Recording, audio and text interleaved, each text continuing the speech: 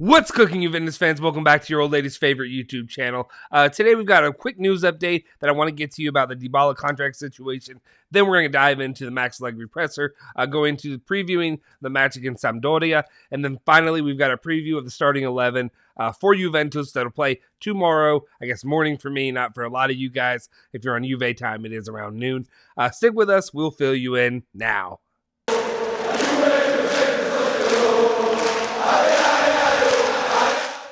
Ciao ragazzi, welcome back. You're in the Bianconeri zone. My name is Justin Sofro. Today is Sunday, September 25th, 2021, and we have your latest rundown of all things Juventus. If you could, though, before we do anything, go ahead and smash that like button, hit that subscribe button if you're new to the channel, and join our community of what we have here going on today.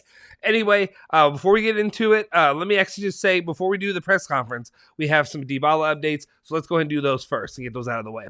First off, we have Mirko De Natale, who's reporting that the meeting scheduled today between Juve and Dybala has been postponed. You know what that means. Antoon, however, will remain in Italy until mid-October, so he'll still be here for a few more weeks going on during his time, I guess. I don't know what he's doing. Nobody knows what he's doing. Doesn't matter. Anyway, so that's an interesting update. I guess it means we will have more meetings to schedule a meeting, to have another meeting, to schedule another meeting. So that's always fun. Bit frustrating because especially we were hoping and kind of wanting to get this done before the end of September. Hopefully this will get done sooner than later. But again, is anybody really shocked by this turn of events? Then we have part 2 of the Dybala stuff. We have Giovanni Albanese, who's saying the cumulative bonuses for individual achieved goals, which after the first 2 years turn to a fixed part of the salary, may be the key for a final agreement for Dybala's renewal. Parties working nonstop. The signing is getting closer. So again, it makes sense. Maybe that's why the reason George Antoon and that whole meeting got delayed or canceled for today, because they really want to work on that final number and figuring out what they can do. Especially, again, he has to do what's best for his client. He wants to make sure that after 2 years, that those numbers, that whatever the total number would be plus the bonuses, will be the final number regularly for those 2 years. I know a lot of people. I know a lot of people on the channel aren't going to be super excited about that. They're not maybe the most pro Dybala when it comes to their understanding. And I understand why. When it comes to financially and how that's affected, it plays a big part in it. Anyway, that's how it stands right now. I have no real thoughts on it besides just like not just get it done, but just at some point come to an agreement. Dybala can't be asking too much money right now because Juventus can't pay it. We talked about all the debt that they're in because of the Pandy situation and everything that went along with that. But then also, if Dybala is their cornerstone piece that they really want to build this on, that Allegri does, I guess you have to come somewhat a little bit closer to what he wants. It's a weird situation. Anyway, because I don't want to get too much into it. That's really what it is. Just because I understand there's so many varying viewpoints when it comes to Dybala right now. All right, let's go into Allegri and see what he said previewing the match against Sampdoria. The very first one that we have here, actually there's a few comments that I was able to fit into here. He said, winning tomorrow would allow us to make a leap in the standings. We have to win the first home game. There will be some changes in the lineup.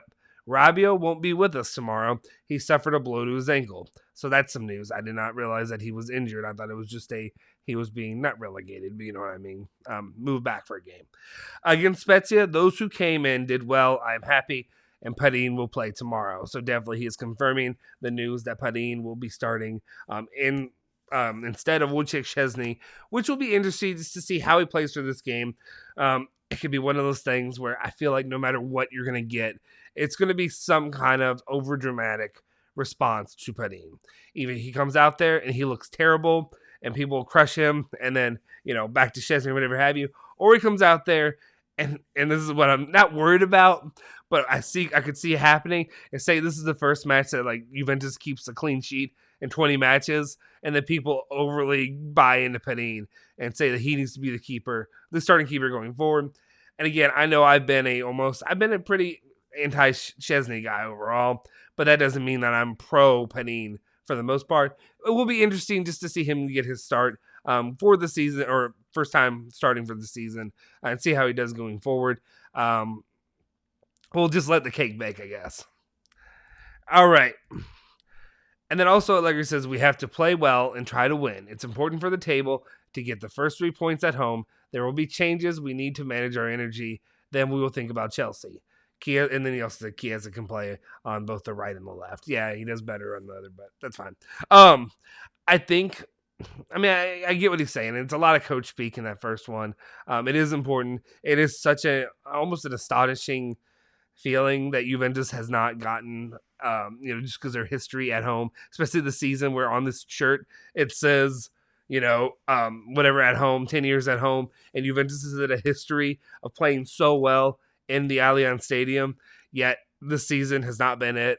I guess 1 point so far overall in the stand while playing there, so it's a bit frustrating. Hopefully they'll be able to get the first one done. It's just one of those statistics that kind of like put me back a little bit. I was like, oh yeah, I mean, I guess it really shouldn't have, because we had 2 points for most of the season.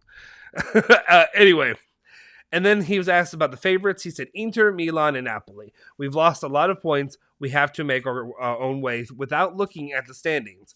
Let's give continuity. In November, we'll see where we are, and it will be a stimulating challenge. And he also said, I always try to put the players on the pitch in their ideal positions to make them perform at their best.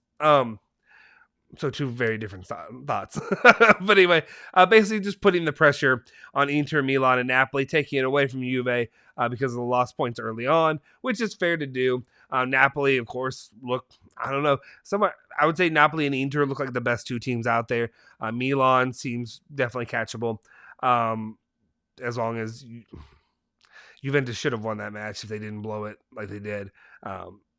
Anyway, it was just disappointing, obviously. But Inter and Napoli are the 2. Napoli right now, I feel like Napoli, the Detroit of Italy, eventually will come down from the streak that they're on. But it is impressive to see the start out undefeated so far. All right, let's move on to the next one we have for you. And that would be, he said, I always try to put the players on the pitch in their ideal positions to make them perform at their best.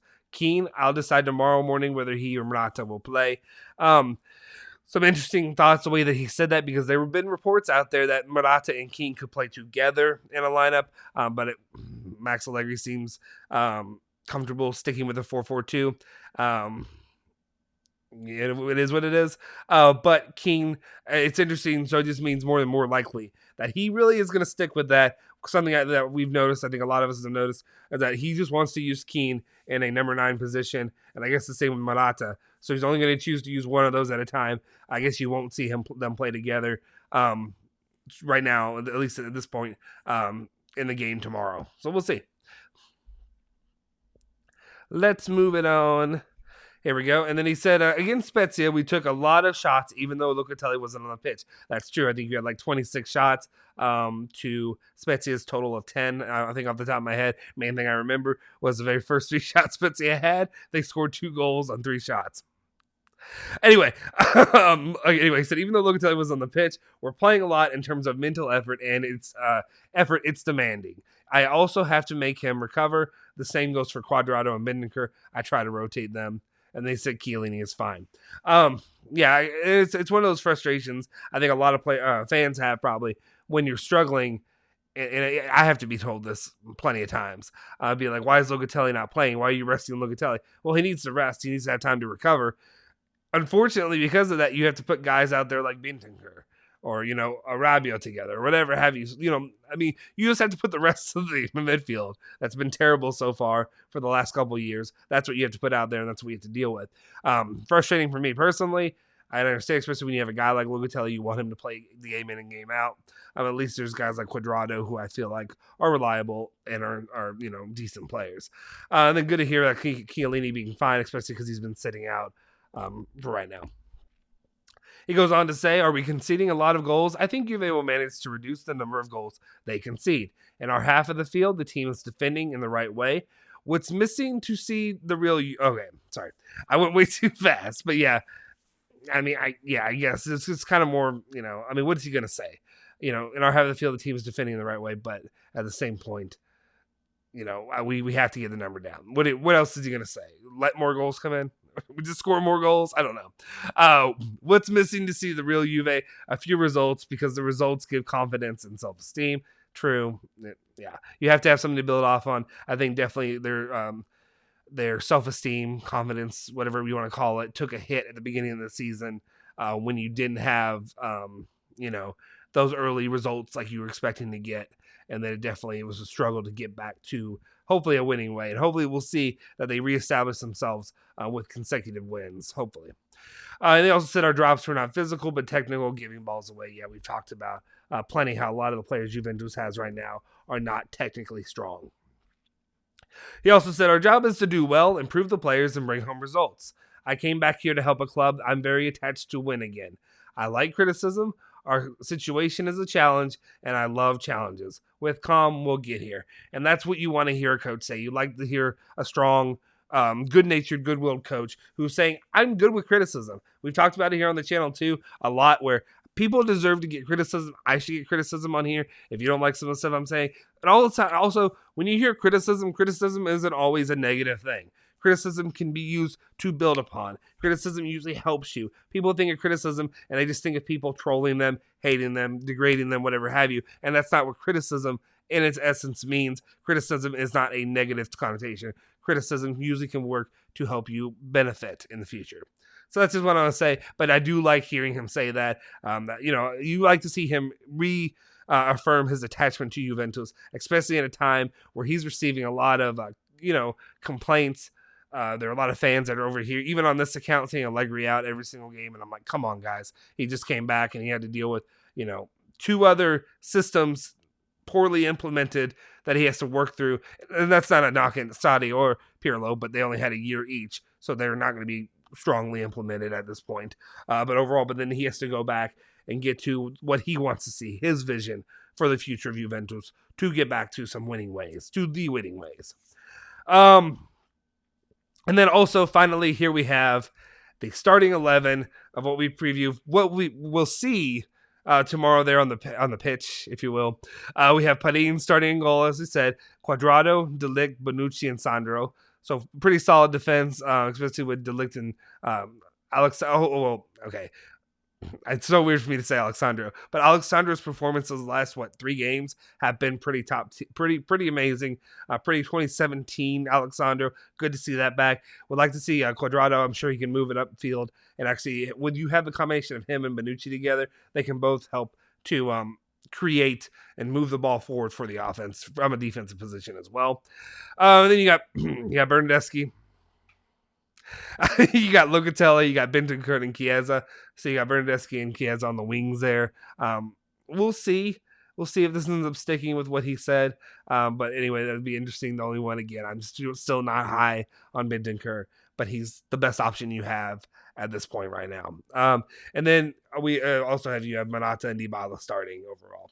So it should be a strong enough squad that hopefully that they can go in and get the W and the 3 points, most importantly, against Sampdoria. We'll see what happens going forward. I got to watch that, got to monitor what goes on going for the future, especially if they end up dropping points again. Things are going to get dicey for the future. But we appreciate you guys for tuning in. Thanks. That's all the news I have for you today. Make sure you follow Bianconeri Zone at Bianconeri Zone on Twitter and Instagram. Make sure you follow me at Justin Sofero on Twitter. I think I put it right. I always do this wrong over here. Make sure you follow my boy Julian Genotti at Genotti151 as well. Make sure you also hit that like button, subscribe to the channel as well, and hit that bell icon to stay notified for all of our latest videos. Forza Juve, Forza Bianconeri.